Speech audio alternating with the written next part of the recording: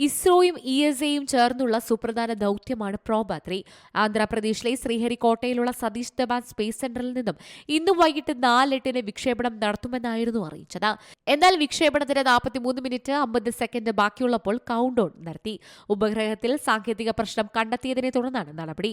ISROയുടെ വാണിജ്യ വിഭാഗമായ new space India ലിമിറ്റഡുമായി സഹകരിച്ച ESA വികസിപ്പിച്ചെടുത്ത ഇൻ ഓർബിറ്റ് ഡെമോൺസ്ട്രേഷൻ ദൗത്യമാണ് പ്രോബ-3.